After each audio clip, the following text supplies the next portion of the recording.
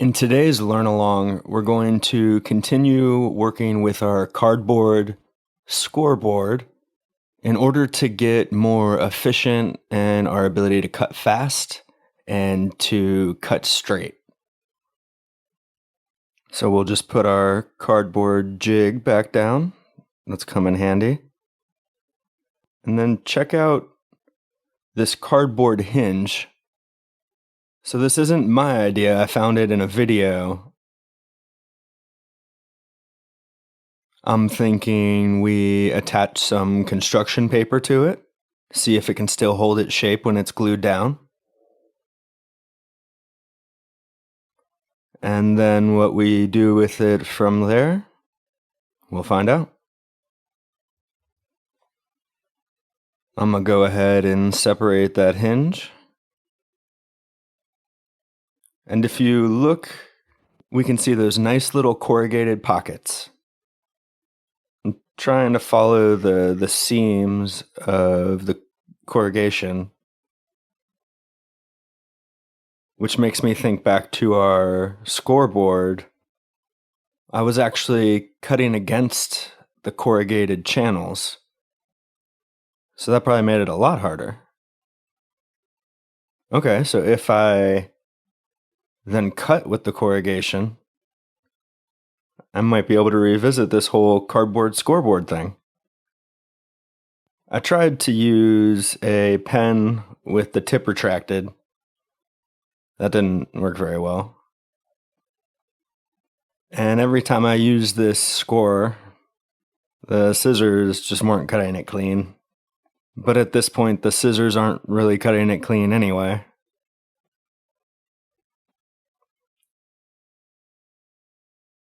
Alright, so I'm giving in. Our first tool upgrade. Swapping out the scissors for a utility knife. Still a little rough in that first score channel. So now let's make a fresh one and try. And slid off to the side. Not sure why that keeps happening. After some experimentation, I found out that I really needed to notch the top part of the jig so that the utility knife can rest in there, and then I can drag the force down through the channel instead of starting straight in the channel. I also want to work a little bit of a groove into the channel with the knife blade. That way there's less resistance when we get to cutting paper. So I'm going to transfer that to our other 1 and 1/2 inch markers. I made it a little easier on myself and made the inch markers twice as long. Almost perfect.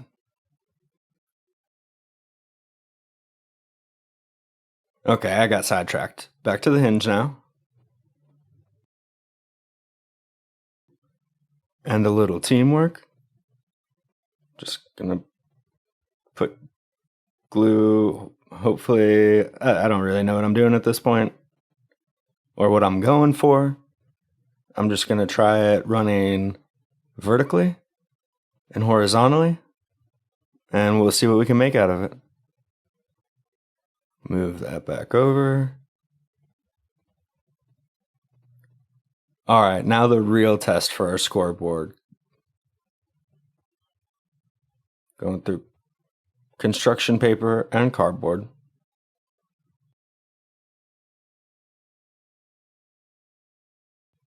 It's not really a problem.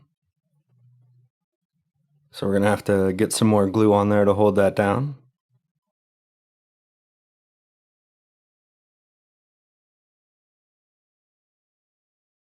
And I'd like some sort of little brace or holder to keep that in place so it doesn't wiggle.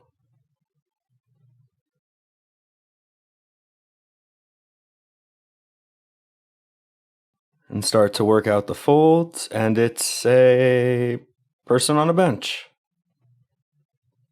Remember this one?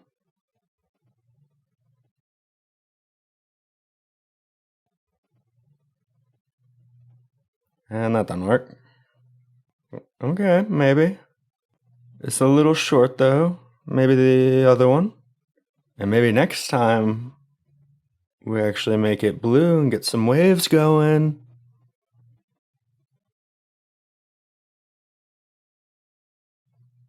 Just cut this down with our handy scoreboard.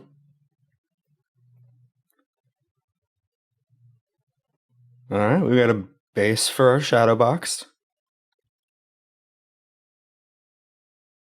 Kind of hard to glue it at this angle.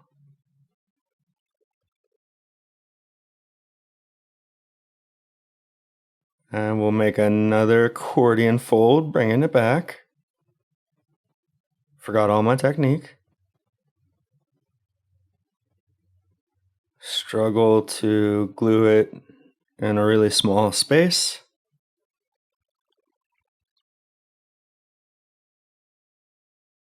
All right, it's holding it up a little bit better. And now we'll do that. Ooh, inspiration. If that goes, and take that, and well, if we make it even smaller, we'll probably fold it. You know, it's going to involve some glue. Press that down. Take one of these little half moon. Well, not the moon, we already got the sun. So we got two suns. It was a moon last time, so two moons? Or maybe that's the sun, and we make the bottom blue and have blue little waves at the bottom. Take another one of those. A little more cardboard, add some depth to it.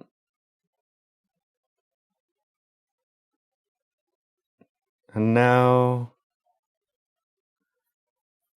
it's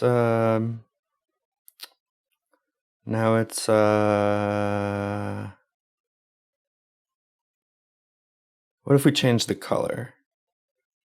No, we already used blue. Oh, that's terrible.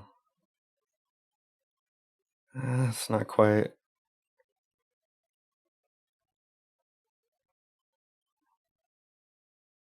There it is. So next time we get some little clouds in the top of our shadow box frame. Get some rippling oceans down on the bottom. We're starting to build up a scene here. See you next time.